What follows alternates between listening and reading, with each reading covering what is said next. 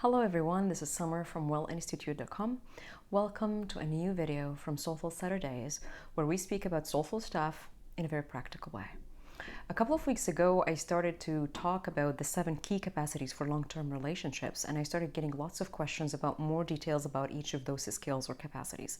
So starting last week, we started with the first skill, which was compassion and how to cultivate it. And this week, I'm going to talk about vulnerability and how to cultivate it. So vulnerability is a very, very delicate skill that takes time and patience to build it inside of ourselves. And when I speak of vulnerability, I need to speak of courage, because courage and vulnerability work hand in hand. And as usual, I will start with talking about the roots of the word vulnerability. So vulnerability is the roots of the Latin word means actually to wound. So the exact meaning, it is to express ourselves and our wounds and be open to be hurt or wounded again. This is courage, to risk that, okay? However, if the expression of vulnerability is met always with defenses, or most of the time, the person will lose their courage. And defenses can be something like hurt or fear or shame or even gratitude, okay? So if the person who keeps expressing vulnerability all the time and they keep meeting those defenses, eventually they will stop expressing it and they will close off or be distant. So the only way to respond to vulnerability in a healthy way is empathy. Any other response is defensiveness. Some defensiveness is very clear, blaming the other person, what do you mean by that? And others are actually masked by love and gratitude.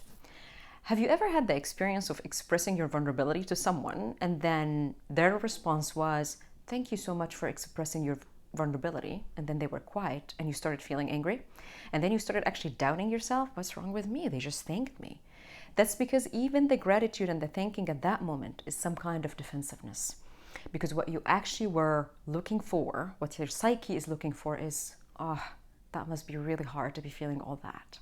Okay, so I'm going to talk first about 4 ways to develop your own empathy. The first way is to be aware of your own emotions and do not judge them.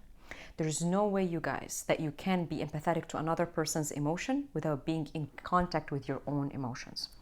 The second thing is to listen carefully to the other person's emotions and respond non-verbally, okay?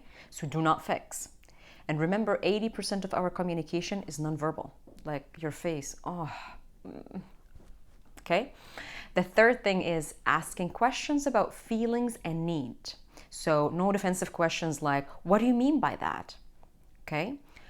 The fourth thing is to reflect back to the person their emotions that you have seen, and always have patience with yourself learning all those 4 skills.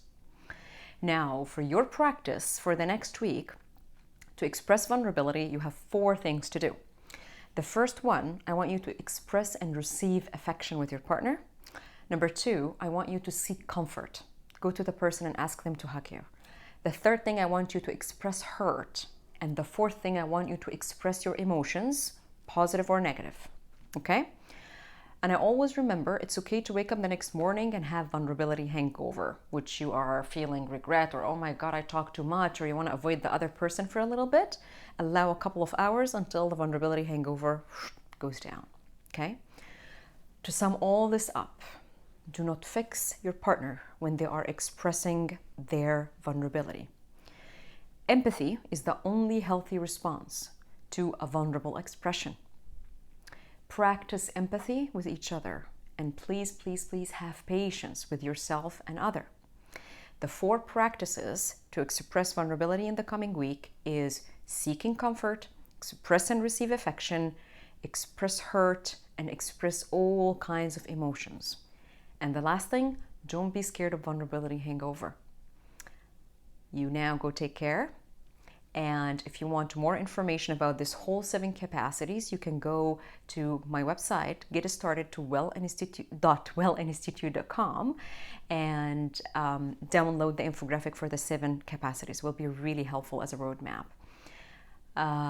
Enjoy your week and have a great, great, well-lived life. I'll see you coming Saturday.